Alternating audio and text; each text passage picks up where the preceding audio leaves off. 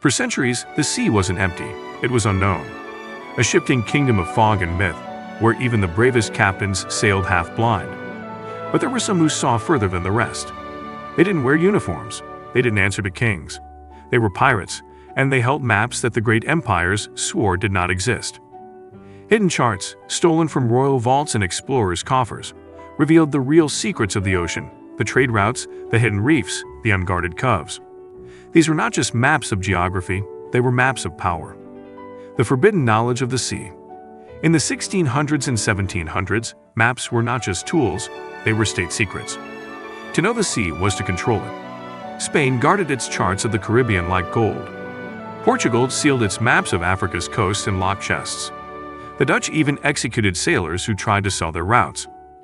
Every empire had one fear, that someone else might use their maps better than they could. And that's exactly what pirates did. When a ship was captured, the first thing pirates searched for wasn't gold or rum. It was the captain's chart room. A single rolled parchment, marked with ink and salt, could be worth more than a chest of treasure. Because to a pirate, a good map meant freedom. It meant faster voyages, hidden passages, and places where the Navy would never follow. The smugglers, cartographers, but not all maps were stolen. Some were made. In the shadows of taverns and ports, pirate cartographers, often former Navy sailors or exiled navigators, began to create their own charts. They mapped currents, winds, reefs, and safe harbors that official maps ignored.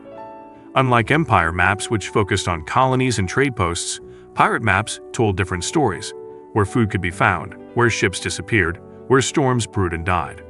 Some even had coded marks, a triangle for a hidden cove, a black dot for a shipwreck, a red line for a cursed passage. To outsiders, they looked like nonsense. To pirates, they were life itself. The secret routes of the underworld. Empires relied on grand trade routes, predictable, profitable, and easily patrolled. Pirates built their own shadow routes. They learned the hidden currents that could carry them faster than any merchant ship. They used the cover of fog banks and island chains to vanish without a trace. Some routes were known only to one crew and passed down like sacred inheritance. There was even talk of a pirate atlas, a mythical book said to contain every hidden route, safe harbor, and cursed island of the Caribbean. Whether it truly existed or not, the idea terrified governments enough that they launched hunts for it. And in a way, that myth itself became the ultimate map, a symbol of everything empires couldn't control. Maps that lied. But maps could deceive too. Pirates were known to forge charts to mislead bounty hunters or rival captains. A fake island here, a false reef there, entire ships vanished chasing what was never real. There were even whispers that some pirates deliberately drew phantom lands to lure treasure hunters to their doom. By the time the truth was discovered, it was too late. The ship had wrecked, and the sea had claimed its payment. Even in death, pirates were rewriting the world. The battle for the truth of the world. By the late 1700s, maps had become a weapon of empire, but also a mirror of its arrogance. Pirates exposed what those maps hid: the uncharted, the forgotten, the forbidden. They showed that the world wasn't owned by any king. It belonged to those brave enough to explore it. And in doing so, they forced the great powers to redraw their borders, to admit what they didn't know. The same pirates who defied their laws ended up expanding their knowledge. Because that's the paradox of piracy. Even as they destroyed, they'd also discovered. The last mapmakers of the lost world. When the golden age of piracy faded into history, the world lost not only its most infamous outlaws, but also its last true explorers. The pirates who once roamed the oceans left behind more than plundered gold and broken empires. They left maps. Not the neat, polished charts of royal navigators, but wild, living maps, drawn with trembling hands, sea-stained ink, and sometimes even blood. These were not just directions for treasure but records of discovery, survival, and defiance. Most of these maps vanished with their makers. Some were burned in naval raids, others went down with ships that never returned. A few were buried under the sand of forgotten islands, their ink washed away by the tides. But sometimes in dusty archives or private collections, fragments reappear, a faint red line marking a hidden cove, a note scrawled in pirate slang naming a reef that still sinks ships today. These scraps are more than artifacts. They are whispers of men who dared to draw what others feared to see. Historians often paint pirates as destroyers, men who brought chaos to the seas, who burned ships and raided ports. But if you look closer, they were also preservers. They recorded the world in ways the empires refused to. While the great navies of Europe focused only on trade routes and colonies, pirates mapped the forgotten corners of the earth. Reefs no royal chart had marked, islands unnamed by any crown, and cubs known only to those who had hidden there from pursuit. These outlaw cartographers gave names to winds, stars, and safe harbors in their own languages, a patchwork of tongues from Africa, the Caribbean, Arabia, and beyond. Their maps were living testaments to diversity and defiance. Every line they drew was rebellion, a statement carved into the very face of the sea that the ocean did not belong to kings or empires, but to those brave enough to understand it. They were the last map makers of the lost world, men who saw the ocean not as a border, but as a book to be read. The sea remembers. Centuries have passed since the last pirate flag fluttered over the Caribbean, yet the sea still remembers. Modern sailors navigating through the same waters unknowingly follow the ghosts of pirate routes. Some currents still carry names whispered by those old crews: the Devil's Run, the Widow's Current, Black Tooth Passage. On uninhabited islands, archaeologists have found markings carved into coral, coded directions that point toward vanished coves or long-buried caches. Even coral growth patterns on certain reefs trace outlines once drawn on pirate maps. The empires that once ruled the waves, the Spanish, the British, the Dutch, all fell in time.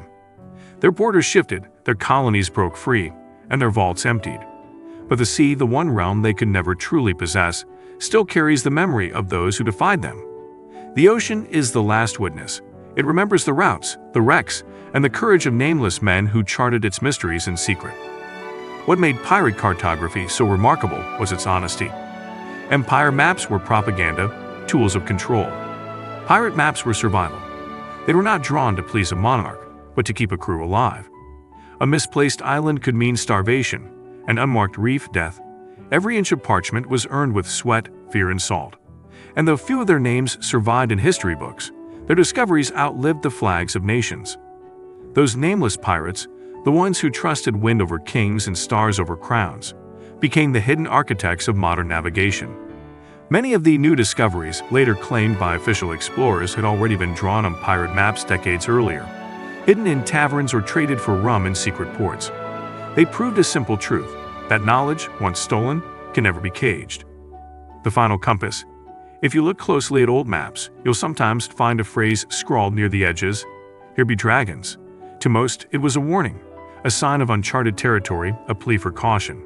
But to the pirates, it was an invitation. The dragons marked the edge of the known world, and for them, that was where the adventure began. Where the empires saw danger, the pirates saw freedom. They understood that the world's greatest treasures were not gold or jewels, but knowledge and discovery. Each voyage beyond the map's edge was a challenge to authority, a declaration that no man, no king, and no law could fence in the sea. In chasing those dragons, pirates didn't just find treasure. They redrew the boundaries of the known world. Many of their discoveries eventually found their way, in fragments and whispers, into official records. Some of the world's most reliable coastal maps owe their origins to stolen pirate charts, copied by Navy cartographers who would never admit their sources. The pirates had mapped truth, and even their enemies could not ignore it. So the next time you unfold a map of the ocean, take a moment to look beyond the neat lines and measured coasts. Beneath every curve of a shoreline lies the legacy of men who refused to follow orders, men who drew what others were forbidden to see. Each coordinate is a ghost story. Each compass rose a memory of rebellion. The pirates didn't just sail across the sea, they rewrote it. Their legacy is hidden, not in treasure chests, but in the way we understand the world itself. Every ship that sails today, every satellite that charts the globe, traces a path that began with those outlaws who dared to map the unknown. They were criminals in their time, but historians may someday see them as something greater, the last free cartographers of an enslaved world. Men who looked at the endless horizon and saw not danger, but destiny.